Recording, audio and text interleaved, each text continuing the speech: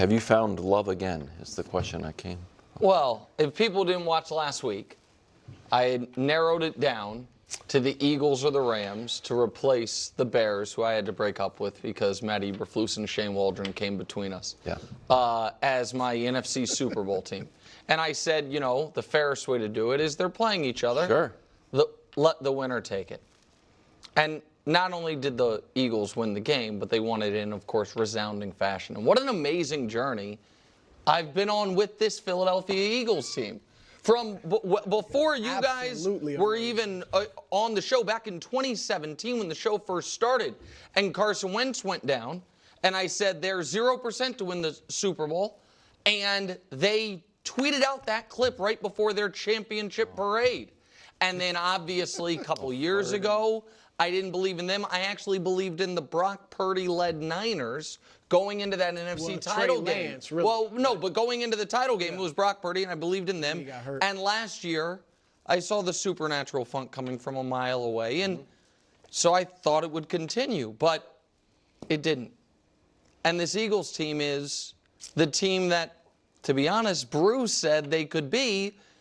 And I would love to give Brew credit because he did call this. We can show you the transformation year over year that occurred, where last season what they were in the ranks to where this season what they are in the ranks. I think we can show it to you. If we can't, Dusty, there it is. Where last year that defense was terrible, and this year this defense is spectacular. Last year the offense fell apart at the end of the year. This year it has been great, which is why I feel so comfortable and confident saying they are going to be the NFC Super Bowl representative. So let me do something I don't know if I've ever done.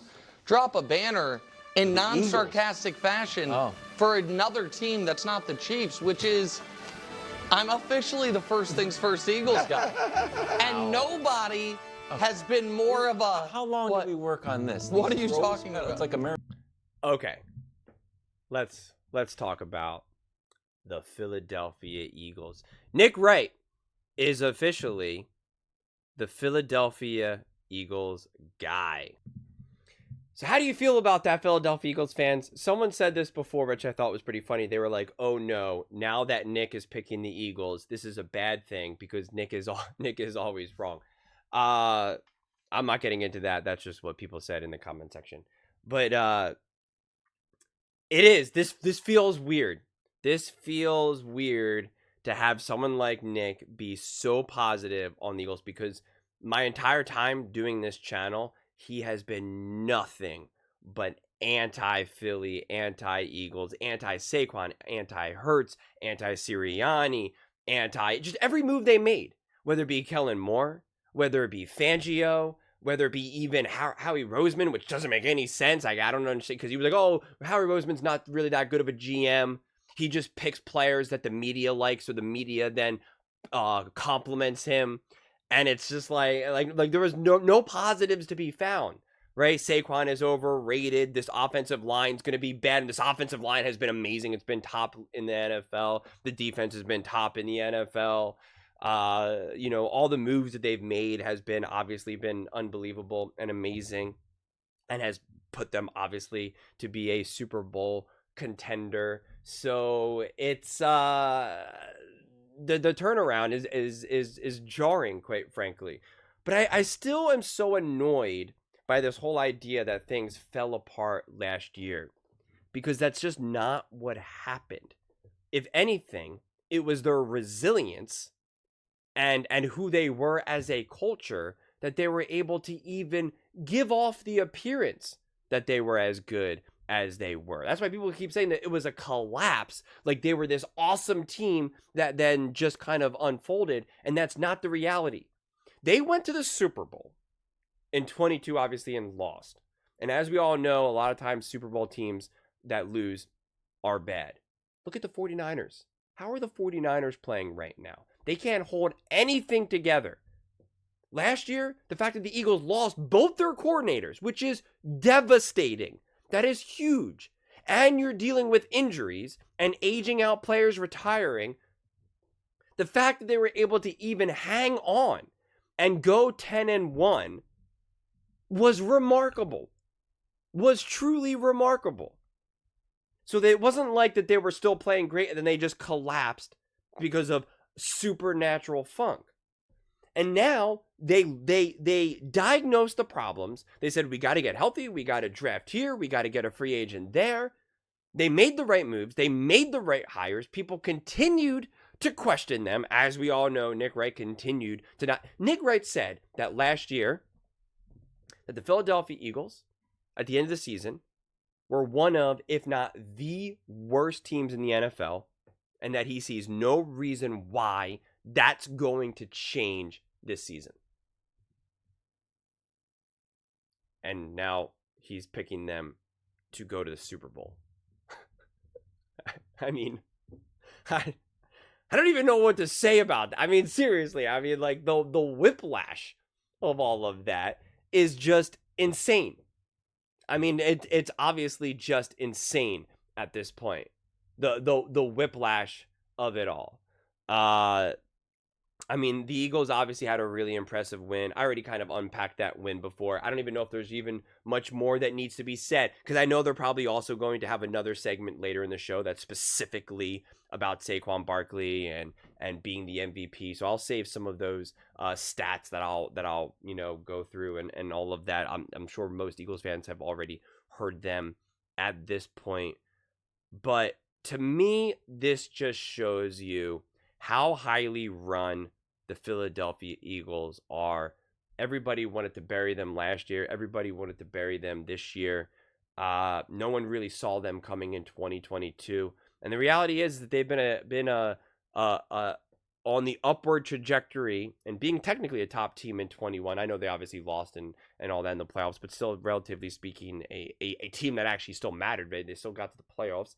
22 Super Bowl, 23 were really able to be resilient. Teams that lose their coordinators like that and have aging out players that, again, are going to be retiring and or have already left, whatever it may be, and injuries, the fact that they were able to still get out there, get to the playoffs, and even have a semblance of a team is remarkable. And then to completely revamp, get an offensive and a defensive coordinator, completely redo the offense, completely redo the defense, draft players, free agents, and now be a one game back from having the best record in the NFL. It's remarkable. It's absolutely remarkable. The adversity that this team had to face throughout this season. Everyone's talking about that Sirianni's not even going to make it to Thanksgiving, that he's going to be fired in the bye week to try to go get Bill Belichick, that Jalen Hurts is going to be Carson Wentz, that, everyone knows, anonymous GM says, everyone knows, just blitz Jalen Hurts and he's in trouble. He can't read defenses. Everyone knows. There's a lot of question marks. How good will Saquon Barkley be with the Eagles? He really only had one good year with the Giants and blah, blah, blah, blah, blah, blah, blah. Everybody knows. The Miami Dolphins couldn't get rid of Fangio fast enough. Kellen Moore, the Dallas Cowboys are way better without Kellen Moore. What did he do with the Chargers? The Chargers were awful with Kellen Moore. Yeah. I don't know. Doesn't seem like any of those things ended up being accurate. It seems like people just had really confident takes based off of hopes and wishes and dreams. And for those people, seems like those hopes and wishes and dreams became nightmares.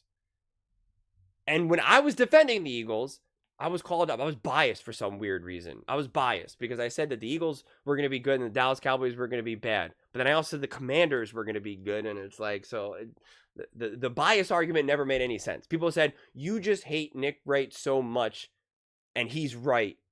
That's what they kept saying to me. You just want to disagree with Nick so badly. So whose take was more accurate this season? Was it mine or his? And we could be wrong with our takes. That's fine, again. But we all know he's all about the theatrics. That's why he's literally hanging banners about the Philadelphia Eagles right now. So you guys can tell me that I'm like coming at it, but it's just like he's literally hanging a banner. But I took so much heat. And again, I'm not saying that the Eagles are going to win the Super Bowl or anything like that because I have no idea. But people kept railing at me. I'm delusional. I'm biased. I just want to disagree. I'm a hater. I'm this. I'm that. And now months later, we have Nick Wright wearing a Saquon Barkley jersey and hanging a Philadelphia Eagles banner. So I guess as oh my God, I can't even think of his name right now, from the Boston Celtics, what are they going to say now? Which I think he also stole from another Celtics player. Can't believe I can't think of any of their names right now. I almost stuck the landing and I dropped the ball. Yeah, just crazy. Honestly, truly, truly crazy. It's going to be interesting to see how this season continues to unfold. This was obviously a really convincing game, a convincing win against the Rams. They won. They really picked apart the Rams from multiple angles. Passing, play calling, run game, obviously, O-line, defensive line. Like, this was a true, complete win, start to finish. So there's a lot of positives to unpack. Again, I went through some of the notes before. The tush push continues to work. Jalen Hurts continues to grow and evolve as a great player. Obviously, Saquon Barkley absolutely balling out. This team just feels really, really connected. The defense, I think, did really well against a really good offense with Matthew Stafford, Sean McVay, Puka Nacua, Cooper Kupp. Like, that is not an easy feat to go up against. And I think the defense played great. The 20 points that they gave up was very unrepresentative.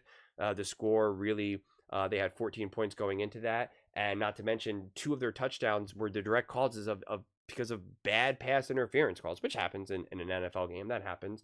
But, even Chris Collinsworth was like, I don't know about that one. So even some of the points that they got feels misrepresentative. This game was probably even more out of reach than what it even shows. So impressive victory all around. But those are just my thoughts. I'd absolutely love to hear yours. What do you guys all think about Nick Wright officially being the Eagles guy and picking them to make it to the Super Bowl? Let me know in the comments below. I read every single comment, so whether you agree with me or disagree with me, either way, let's get in some discussions. Let's get in some fights, but ultimately, let's just have some fun. And please do consider subscribing. We are building an amazing community here, and I'd absolutely love to see you part of it. I want to build something that we all genuinely feel connected to, something that we're really excited to be part of. I think we're well on our way to doing it. And please don't forget to give this video a thumbs up, as it really does help with the visibility and the algorithm. Thank you so much. See you next time.